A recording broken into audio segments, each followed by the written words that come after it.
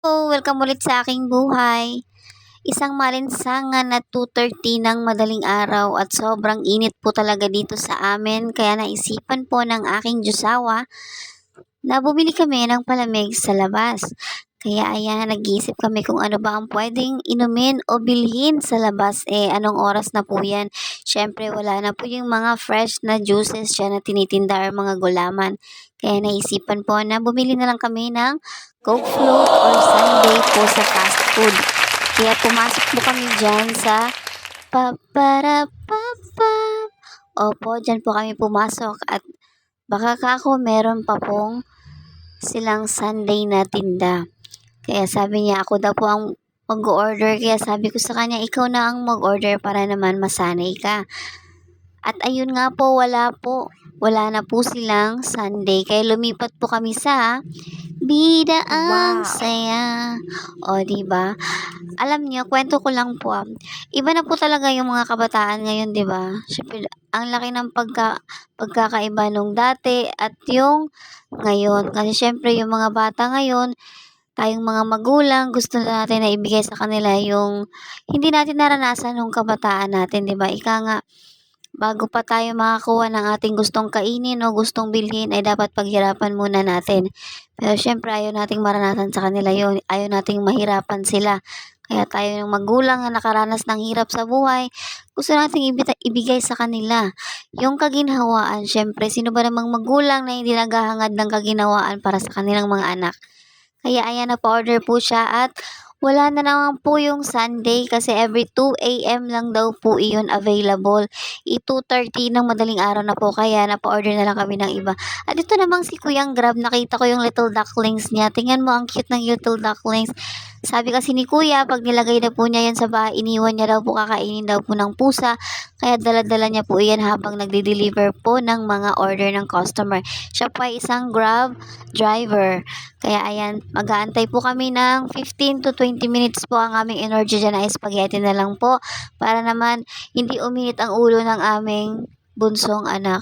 Kasi gusto daw po niyang malabigan ng kanyang utak. Kaya ayan, nakafocus na naman siya sa akin. Sabi ko, huwag ka kunya akong videoan at nakakahiya po sa aking festlock. O, diba? Kaya nag-usap-usap na lang kami dyan. Kaya laki po talaga ng kaibahan ng nangyayari ngayon at noon. Kasi syempre, ang laki po talaga dati talaga, hindi kami basta-basta makakakain ng ganyan at hindi namin paghirapan. Opo, at magtitinda muna kami sa palengke bago kami makakabili ng pagkain na masarap o yung mga damit po, tsinelas, dapat po paghirapan po muna namin. Pero syempre, sa panahon ngayon, hindi natin maano sa mga anak natin niya kasi mas priority natin na paaralin po sila at hindi ko naman po sinasabi na mas maganda din po talaga yung naibibigay natin sa mga anak natin habang nag-aaral po sila para focus po talaga sila sa goal nila sa buhay. Kaya pagdating, pasensya na po kayo sa kalat ng aming mumunting bahay, mga labahan. Siyempre, mga working parents po kami, kaya asahan nyo na po na everyday off lang po kaming maglilinis ng aming bahay. Kaya ayan po, kakain na siya pero wala pa rin sa mood ang aking bunso kasi sobrang init po talaga. Kaya tingnan mo, ang aming aso, syempre ang aming pinakamamahal na asong si Lucky at si Mingay, may meron din sila syempre. Kasama namin sa pamilya yan, kahit puro ihi na lang yan din sa bahay. Diyos ko Mariosep. O, diba? Share, share, share lang kami dyan. Share sila ng aso, o, diba? Unang kagat, unang kain, sarap, lasap. Aha.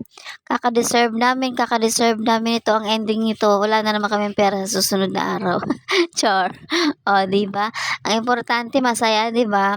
Every sahod ka lang makakakain yan. O, sa next na naman, back to reality na naman tayo. Kain na naman ulit tayo ng nakabalot sa lata. O, di ba? Realidad natin yan. Deserve natin kumain yan ng every sahod ng masarap, syempre. Reward natin sa ating sarili yan, ang makakain ng masarap naman, kahit sa fast food lang, di ba? Malit na kaligayahan, pero malaki na para sa amin. At salamat po pala sa laging nanonood po ng aking mga videos. Sana wag ko kayong magsawa. Thank you very much po talaga sa inyo sa suporta po. Syempre sa aking mga followers din po.